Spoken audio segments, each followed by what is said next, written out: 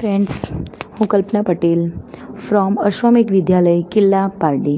આજે આપણે ધોરણ 10માં ચેપ્ટર નંબર 3 સામાજિક વિજ્ઞાનમાં ભારતનો સાંસ્કૃતિક વારસો, શિલ્પ અને સ્થાપત્ય. તો મિત્રો, શિલ્પ એટલે કે કોતરકામ અને સ્થાપત્ય એટલે બાંધકામ. ભારત તેના સમૃદ્ધ સાંસ્કૃતિક વારસાના કારણે વિશ્વભરમાં જાણીતું છે. આપણો જે દેશ છે, ભારત દેશ, એ વિશ્વભરમાં ખૂબ જ પ્રખ્યાત થયો છે. શા માટે? તો સમૃદ્ધ સાંસ્કૃતિક વારસાના કારણે. શિલ્પ અને સ્થાપત્યની વિવિધતાએ ભારતના ઇતિહાસને નવી ઓળખ આપી છે. આ જે શિલ્પ અને સ્થાપત્ય છે, એ શિલ્પ અને સ્થાપત્યએ ભારતના ઇતિહાસને એક નવી જ પહેચાન આપી છે. ભારતનું પ્રાચીન સિંધુકાલીન નગર આયોજન સમકાલીન વિશ્વના નગર આયોજન કરતાં ચડિયાતું હતું. આપણું જે સિંધુકાલીન નગર આયોજન છે, એ સમકાલીન એટલે અત્યારનું જે નગર આયોજન છે એના કરતાં ખૂબ જ ચડિયાતું હતું. એટલે અત્યાર કરતાં આગળનું નગર વધારે ચડિયાતું હતું. એની આપણે ગૌરવભેર નોંધ લઈ શકીએ છીએ. એના ઉપર આપણે ગૌરવ પણ કરીએ છીએ અને એની નોંધ આપણને ઇતિહાસમાં મળી જ છે. તો મિત્રો, સૌ પ્રથમ આપણે શિલ્પ એટલે શું એ જોઈએ. પહેલો મુદ્દો આપણો શિલ્પ. તો શિલ્પ કોને કહેવામાં આવે? શિલ્પી. શિલ્પી એટલે કોણ? જે કારીગર હોય એને કહેવામાં આવે શિલ્પી. પોતાના કૌશલ્ય અને આવડતોને છીણી હથોડી વડે વિવિધ પ્રકારના મનના ભાવો પથ્થર, લાકડું કે ધાતુમાં કંડારે તે કલા એટલે શિલ્પકલા. જે કારીગર હોય છે, શિલ્પી હોય છે, એ પોતાના આવડત અને કૌશલ્ય દ્વારા, એનામાં જે રહેલી સ્કિલ હોય એના દ્વારા, શામાં? તો પથ્થરમાં, લાકડુમાં, ધાતુમાં. ધાતુ એટલે સોનું, ચાંદી, સ્ટીલ, એલ્યુમિનિયમ, તાંબુ, પિત્તળ વગેરેમાં પોતાના મનના જે ભાવો હોય એ મનના ભાવો શાના વડે? તો છીણી અને હથોડી વડે કંડારે એ કલા એટલે શિલ્પ કલા. કંડારવું એટલે અંદર આકાર આપે એટલે શિલ્પ કલા. હવે આપણે જોઈએ સ્થાપત્ય.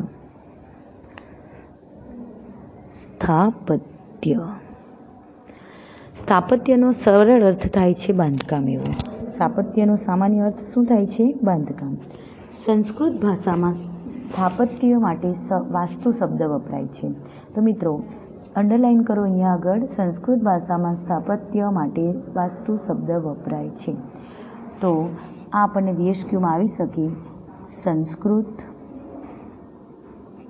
ભાષામાં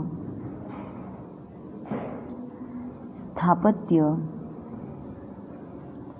માટે કયો શબ્દ વપરાય છે? તો વાસ્તુ શબ્દ વપરાય છે. જે ખૂબ જ પ્રચલિત એટલે કે પ્રખ્યાત થયો છે. આ અર્થમાં મકાનો, નગરો, કૂવાઓ, કિલ્લાઓ. તો સ્થાપત્યમાં શાનું બાંધકામ થાય? તો નગરોનું, મકાનોનું, કૂવાઓનું, કિલ્લાઓનું, મિનારાઓનું, મંદિરોનું, મસ્જિદોનું, મકબરાઓ વગેરેનું બાંધકામ થાય છે. એને કહેવામાં આવે સ્થાપત્ય કલા. સ્થાપત્ય કલામાં સ્થપતિનું કૌશલ્ય પ્રયોજાય છે. સ્થપતિનું કૌશલ્ય એટલે એ પણ કારીગર જ આવે છે. તો એ જે કારીગરનું કૌશલ્ય શામાં થાય છે? તો સ્થાપત્યમાં. એટલે કે જે બાંધકામ થાય છે એમાં કોનો ફાળો મહત્વનો હોય છે? તો સ્થપતિ એટલે કે જે કારીગર હોય તેનું કૌશલ્ય પ્રયોજાય છે. હવે આપણે મિત્ર શિલ્પ અને સ્થાપત્ય વિશે જોઈ ગયા.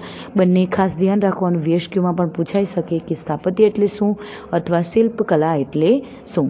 તો હવે આપણે મુખ્ય પોઈન્ટ જોઈએ. પ્રાચીન ભારતનું નગર આયોજન. પ્રાચીન ભારતનું નગર આયોજન. તો સૌ પ્રથમ મિત્રો આપણે એનું નગર આયોજન જોઈએ. તો આપણું જે પ્રાચીન ભારત છે એ પ્રાચીન ભારત નગર આયોજનની દૃષ્ટિએ પણ ખૂબ જ વિશેષ હતું. પ્રાચીન સમયથી જ નગર આયોજનમાં નિપુણતા ધરાવે છે. આપણું આ નગર આયોજનમાં પ્રાચીન સમયથી એટલે પહેલાંથી જ નગર આયોજનમાં નિપુણતા એટલે કે પૂરેપૂર્ણ પૂર્ણતા ધરાવે છે. પુરાતત્વીય ઉત્ખનન કરતાં આવા ઘણા નગરો મળી આવ્યા.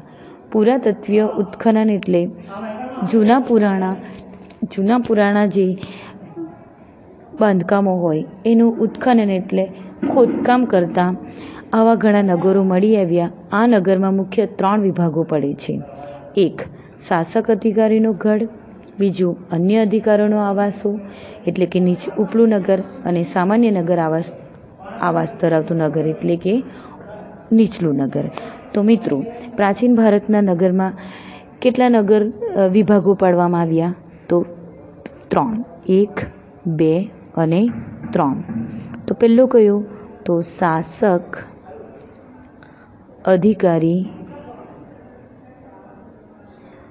નો ગઢ.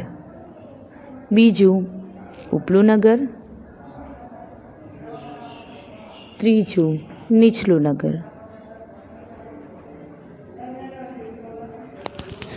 હવે આપણે જોઈએ તો જે આ શાસક અધિકારીનો ગઢ હતો એ ઊંચાઈ ઉપર બાંધવામાં આવ્યો હતો. તો ક્યાં બાંધવામાં આવ્યો હતો?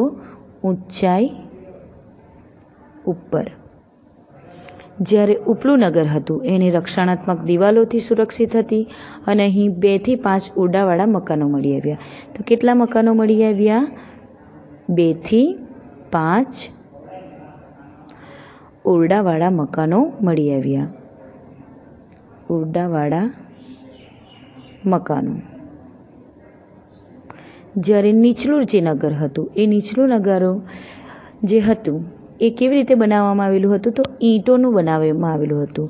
નીચલા નગરના મકાનો મુખ્યત્વે હાથે ઘડેલી ઈંટોના બનાવેલ હતા. ચલો, હવે સિંધુ ખીણની સંસ્કૃતિ જે છે એ સિંધુ ખીણની સંસ્કૃતિની પ્રજાએ સ્થાપત્ય ક્ષેત્રે એ સમયથી જ બધી સંસ્કૃતિ કરતાં સુંદર અને વ્યવસ્થિત એવા કેટલાક નગરો વિકસાવ્યા હતા. સિંધુ ખીણની સંસ્કૃતિમાં ઘણા બધા નગરો મળી આવ્યા. આ નગરો ખૂબ જ સુંદર અને વ્યવસ્થિત પણ હતા. પણ તેમાંના આપણે 2 જ નગરો વિશે જોઈશું. એક તો હડપ્પા અને મોહેંજો-દડો નામના મહત્ત્વના નગરો મળી આવ્યા. તો સૌ પ્રથમ આપણે જોઈએ મોહેંજો-દડો. પહેલો પોઈન્ટ મોહેંજો-દડો. તો મિત્રો, પહેલો પોઈન્ટ આપણો છે મોહેંજો-દડો.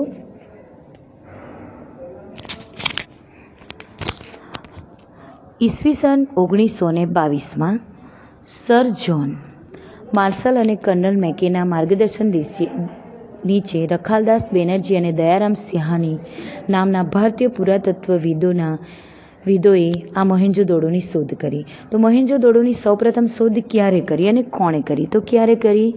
તો 1922માં શોધ થઈ. કોણે કરી? કોના માર્ગદર્શન હેઠળ? તો સર જ્હોન માર્શલ અને કર્નલ મેકરનું. એના માર્ગદર્શન હેઠળ બીજા 2 વ્યક્તિઓ આવ્યા, રખાલદાસ બેનર્જી અને દયારામ સહાની. આ ભારતીય પુરાતત્વવિદો છે. એમણે ક્યાંથી કરી? તો પાકિસ્તાન છે. એ પાકિસ્તાનના કયા જિલ્લામાંથી? તો લારખાના જિલ્લામાંથી મોહેંજો-દડો ખાતે ખોદકામ દરમિયાન વિશાળ એવી નગર સભ્યતાના અવશેષો પ્રાપ્ત થયા. મોહેંજો-દડોનો અર્થ થાય છે મરેલાનો ટેકરો એવો થાય છે. તો મિત્રો, અંડરલાઈન કરો, મોહેંજો-દડોનો અર્થ મરેલાનો ટેકરો એવો થાય છે. તો મોહેંજો-દડોનો અર્થ શું થાય? તો મરેલાનો ટેકરો. એ શું થાય? મોહેંજો-દડોનો અર્થ થાય છે. બીએસક્યુમાં પૂછાઈ શકે કે મોહેંજો-દડોનો અર્થ શું થાય છે? તો મરેલાનો ટેકરો એવો થાય છે. હવે આપણે મિત્રો જોઈએ તો આ જે મોહેંજો-દડો છે એ મોહેંજો-દડોનું ચિત્ર તમે ધ્યાનપૂર્વક જોઈ લો. તો ચિત્રો આપણને બોર્ડની એક્ઝામમાં પૂછાઈ શકે કે ચિત્ર પરથી તમારે થિયરી લખવાની રહે તો ત્યારે તમારે આરામથી લખી શકે. પણ તમને ખ્યાલ હોવો જોઈએ કે આ છે મોહેંજો-દડોની નગર રચના. તો મોહેંજો-દડોમાં આપણે ટોટલ 5 પોઈન્ટ જોવાના છે. કેટલા પોઈન્ટ? 5 પોઈન્ટ. કયા કયા? તો સૌ પ્રથમ પહેલો પોઈન્ટ એની નગર રચના. બીજો પોઈન્ટ મોહેંજો-દડો છે એ મોહેંજો-દડોના રસ્તાઓ. ત્રીજો પોઈન્ટ છે ગટર યોજના, મોહેંજો-દડોની ગટર યોજના. ચોથો પોઈન્ટ છે જાહેર સ્નાનાગાર,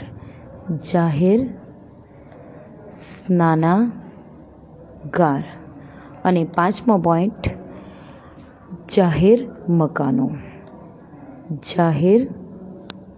મકાનો.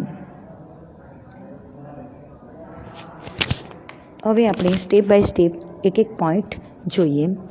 તો સૌપ્રથમ આપણે જોઈએ મોહેંજો-દડોની નગર રચના. જે મોહેંજો-દડો છે એ મોહેંજો-દડોની નગર રચના આયોજનની દ્રષ્ટિએ શ્રેષ્ઠ હતું. આયોજનમાં જો કોઈક જોઈએ તો નગર રચના એ ખૂબ જ શ્રેષ્ઠ હતું. મકાનો પૂર અને ભેજથી બચાવવા ઊંચી પિથલિંગ ઉપર બાંધવામાં આવતા હતા. મકાનોને શાનાથી બચાવવાના હતા? ભેજ અને પૂરથી બચવા માટે ઊંચી પિથલિંગ એટલે પીઠિકા. તમે મિત્રો બાજટમાંથી જોઈ હશે જ્યારે કથા વાંચવામાં આવે ત્યારે. તો એ પીઠિકાને કહેવામાં આવે, બાજટમાંચીને પીઠિકા કહેવામાં આવે છે, કે જે ઊંચી હાઇટ પર બાંધવામાં આવ્યા હતા. શ્રીમંતોના મકાનો બે માળવાળા, જે શ્રીમંત વર્ગના લોકો હતા એના મકાનો 2 માળવાળા હતા, જ્યારે એ લોકોના જે ઓરડા હતા એ 5 થી 7 ઓરડાવાળા હતા. સામાન્ય વર્ગના જે લોકો હતા એ લોકોના મકાનો 2 કે 3 ઓરડાવાળા હતા. કેટલા ઓરડાવાળા હતા? 2 કે 3 ઓરડાવાળા હતા. સમગ્ર નગરની ફરતે દિવાલની રચના પણ કરવામાં આવી હતી.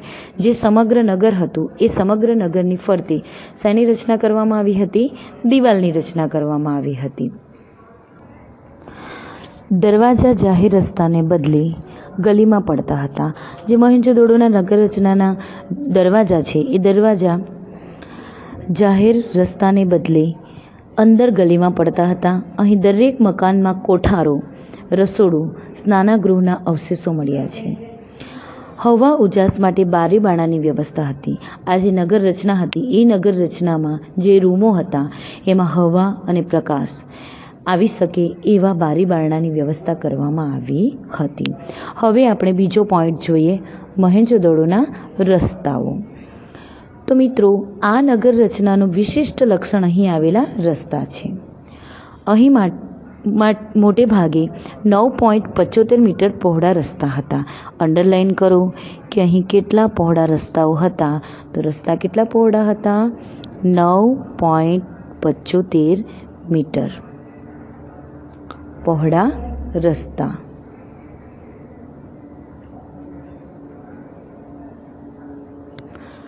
નાના મોટા રસ્તાઓ કાટખૂણે મળતા. જે નાના મોટા રસ્તાઓ હતા એ રસ્તાઓ કાટખૂણે મળતા હતા. એકથી વધુ વાહનો પસાર થાય એટલા પહોળા હતા અને એક સાથે એકથી પણ વધારે વાહનો પસાર થાય એવા પહોળા હતા. રસ્તાની બાજુમાં રાત્રિ પ્રકાશ માટે થાંભલા હોવાનું અનુમાન છે. ત્યાંના પુરાવો પ્રાપ્ત થયા તેના પરથી આપણે કહી શકીએ કે રસ્તાની બાજુમાં રાત્રિ પ્રકાશની પણ વ્યવસ્થા હશે. નગરના સીધા પહોળા રાજમાર્ગ હતા. નગરમાં સીધા અને પહોળા રાજમાર્ગ હતા. રાજમાર્ગ એટલે એક રાજ્યથી બીજા રાજ્યને મળે એવા રાજમાર્ગ હતા. તે ક્યાંક પણ વળાંક લેતા ન હતા, સીધા જ હતા. આ પ્રાચીન સમયની વિશિષ્ટતા ગણાય છે. આ જે રાજમાર્ગ છે એ રાજમાર્ગ તે સમયના વિશિષ્ટતા ગણાય છે. 2 મુખ્ય રાજમાર્ગ હતા. એક માર્ગ ઉત્તરથી દક્ષિણ અને બીજો માર્ગ પૂર્વથી પશ્ચિમ તરફ જતો હતો. એક માર્ગ ક્યાં જતો હતો? તો એક માર્ગ ઉત્તરથી દક્ષિણ તરફ જતો હતો અને બીજો પૂર્વથી પશ્ચિમ તરફ જતો હતો. બંને માર્ગ મધ્યમાં કાટખૂણે છેદતા હતા અને બંને જે માર્ગ છે એ માર્ગ ક્યાં છેદતા હતા? કાટખૂણે છેદતા હતા. તો જે મોહેંજો-દડોના રસ્તા છે એ રસ્તા વિશે આપણને 2 માર્કમાં પૂછાઈ શકે અથવા તો અંદરથી VSQ પણ પૂછાઈ શકે કે કેટલા પહોળા રસ્તાઓ હતા. તો 9.75 મીટર. રાજમાર્ગ ક્યાંથી ક્યાં મળતા હતા? તો ઉત્તરથી દક્ષિણ તરફ અને પૂર્વથી પશ્ચિમ તરફ. આમ VSQ પણ પૂછાઈ શકે અને આપણને ફક્ત રસ્તા વિશે પણ પૂછાઈ શકે, 2 માર્કમાં આવી શકે. તો હવે આપણે ત્રીજો પોઈન્ટ જોઈએ એની ગટર યોજના. શાની ગટર યોજના? તો મોહેંજો-દડોની. આ નગર રચનાનું વિશિષ્ટ લક્ષણ ગટર યોજના છે. આવી ગટર યોજના સમકાલીન સભ્યતાઓમાં ભૂમધ્ય સમુદ્રના કીટના ટાપુ સિવાય ક્યાંય જોવા મળતી નથી. આ જે ગટર યોજના છે એ ગટર યોજના સમકાલીન એટલે જે અત્યારના સમયમાં ફક્ત ક્યાં જોવા મળે છે તો ભૂમધ્ય સમુદ્રના કીટના ટાપુ સિવાય બીજે ક્યાંય પણ જોવા મળતી નથી. નગરમાંથી ગંદા પાણીના નિકાલ માટે ગટર બનાવવામાં આવી હતી. આ જે નગર હતું એ નગરમાં ગંદા પાણીનું નિકાલ માટે, ખરાબ પાણીને જવા માટે અને સ્વચ્છ પાણી દાખલ થાય એના માટેની વ્યવસ્થા હતી. દરેક મકાનમાં એક ખાડકૂવો હતો. ખાડકૂવો પાણી સંગ્રહ થાય તે માટે મકાનમાં એક ખાડકૂવો હતો. આવી સુવ્યવસ્થિત ગટર યોજના પરથી લાગે છે તે સમયે સુધરાઈ જેવી કાર્યક્ષમ વ્યવસ્થા હશે. હવે આટલી બધી સુવિધા જોઈને આપણને લાગે છે કે તે સમયે પણ સુધરાઈ જેવી કોઈ કાર્યક્ષમ એટલે સુધરાઈ જેવી કોઈ સુધારા વધારા માટે કામ કરતું હશે એવું લાગે છે. તેઓ સ્વચ્છતા તેમજ આરોગ્યના ઊંચા ખ્યાલો ધરાવતા હશે આવું લાગે છે. તો મિત્રો લાસ્ટ લાઇન પર અંડરલાઇન કરો કે તેઓ સ્વચ્છતા તેમજ આરોગ્યના ઊંચા ખ્યાલો ધરાવતા હશે. તો આપણને આ ક્વેશ્ચન પૂછાઈ શકે કે મોહેન્જો દડોના લોકો સ્વચ્છતા તેમજ આરોગ્યના ઊંચા ખ્યાલો ધરાવતા હશે. વિધાન સમજાવો અથવા તો વિધાન સ્પષ્ટ કરો એમ પણ આવી શકે. તો આપણે આટલો આન્સર લખવાનો ફક્ત એની ગટર યોજના વિશે. આગળ વધીએ. જાહેર સ્નાનાગાર. અહીંથી વિશાળ સ્નાનાગાર મળી આવ્યું. સ્નાનકુંડમાં સ્વચ્છ પાણી દાખલ કરવા માટે અને ગંદુ પાણી બહાર કાઢવા માટેની વ્યવસ્થા હતી. સ્નાનાગાર એટલે નહાવાની જગ્યા. હવે નહાવા માટે જે જગ્યા હતી એ કુંડ હતો. ત્યાં સ્વચ્છ પાણી, ચોખ્ખું પાણી દાખલ થાય અને ગંદુ પાણી બહાર જાય એ માટેની પણ વ્યવસ્થા ખૂબ જ સરસ હતી. તેમજ બીજી પણ વ્યવસ્થા હતી ગરમ પાણીની. વસ્ત્રો બદલવા, વસ્ત્રો એટલે કે કપડાં બદલવા માટે એક અલગથી જ ઓરડીઓ આપવામાં આવી હતી. ધાર્મિક પ્રસંગે એટલે કોઈક યજ્ઞ હોય, મેળાઓ હોય, આવા કોઈ પણ પ્રસંગ હોય તો એ સમયે લોકો સ્નાનાગારનો ઉપયોગ કરતા હશે એમ ત્યાં આગળ મળી આવેલા પુરાવો પરથી કહી શકાય. હવે આપણે આગળ વધીએ. જાહેર મકાનો. જાહેર મકાનો મોહેંજો-દડોમાંથી જાહેર ઉપયોગી એવા 2 મકાનો મળી આવ્યા. તો મિત્રો અંડરલાઇન કરો કે કેટલા મકાનો મળી આવ્યા જાહેર મકાનો? તો 2 મકાનો મળી આવ્યા. તેનો ઉપયોગ સભાખંડ, મનોરંજન ખંડ, વહીવટી ખંડ કે રાજ્યના કોઠાર ખંડ તરીકે થતો હતો. તો એ પણ VSQ તરીકે આવી શકે કે જાહેર મકાનો કઈ રીતે ઉપયોગ થતા હતા? તો સભાખંડ માટે, મનોરંજન ખંડ માટે, વહીવટી ખંડ માટે કે કોઠાર માટે પણ કામ આવતા હતા. મકાનોની જે એક હરોળ છે, એક હરોળ એટલે એક ભાગ છે એ અહીંથી મળી આવેલ છે.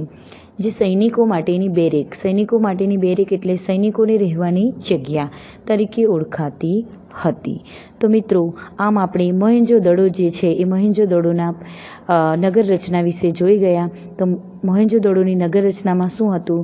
તો નગર રચના, એના રસ્તાઓ, એની ગટર યોજના, એના સ્નાનાગાર અને એના જાહેર મકાનો. જો તમને વિસ્તૃત ક્વેશ્ચન પૂછાયો હોય કે મોહેંજો-દડોની નગર રચના વિશે માહિતી આપો તો તમારે આ ગટર યોજના, જાહેર સ્નાનાગાર 5 વિશે લખવું પડે અને લોંગ ક્વેશ્ચન આપણો બની જાય. પરંતુ જો તમને 2 માર્કમાં ટૂંકમાં ક્વેશ્ચન પૂછાયેલા હોય એના રસ્તા વિશે, એની ગટર યોજના વિશે, તો આપણે ફક્ત જેટલું પૂછાય હોય એ રીતે આન્સર આપવો. તો મિત્રો હવે આપણે આગળ વધીએ. હડપ્પા. મોહેંજો-દડો આપણું થઈ ગયું. હવે આપણે જોઈએ હડપ્પા વિશે. હડપ્પા. સર જ્હોન માર્શલ અને કર્નલ મેકેના વડપણ નીચે ઈસવીસન 1921માં કોના માર્ગદર્શન હેઠળ દયારામ સાહાની પંજાબમાં મોન્ટેગમરી જિલ્લામાં આવેલા હડપ્પા પાસેથી ભારતીય સભ્યતાના અતિ પ્રાચીન અવશેષોની શોધ કરી?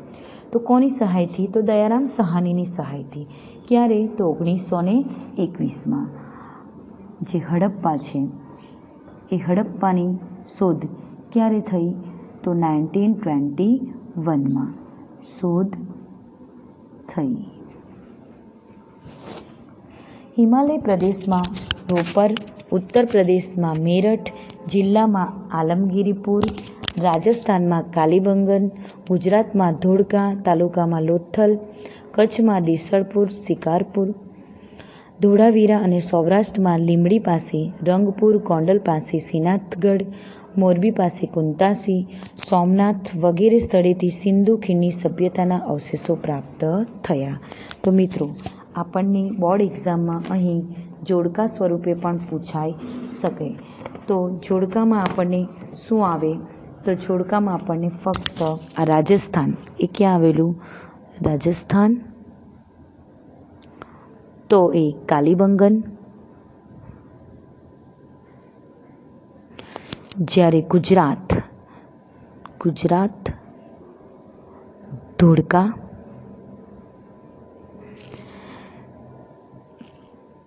લોથલ, કચ્છમાં દેસળપુર, શિકારાપુર, ધોળાવીરા અને સૌરાષ્ટ્ર લીંબડી પાસે. સૌરાષ્ટ્ર ક્યાં? તો લીંબડી પાસે. અને રંગપુર ગોંડલ પાસે. રંગપુર ક્યાં? રંગપુર ગોંડલ પાસે. તો મિત્રો ધ્યાન રાખવું. અને શ્રીનાથગઢ મોરબી પાસે, કુંતાસી, સોમનાથ વગેરે સ્થળેથી આ સિંધુ ખીણની સભ્યતાના અવશેષો પ્રાપ્ત થયા. તો VSQમાં એ પણ પૂછાઈ શકે કે ક્યાં ક્યાંથી સિંધુ ખીણની સભ્યતાના અવશેષો પ્રાપ્ત થયા? તો આપણે અંડરલાઇન કરો અને આટલી વસ્તુ આપણે લખવી, જેના દ્વારા તમને પૂરા માર્ક મળી શકે. Thank you.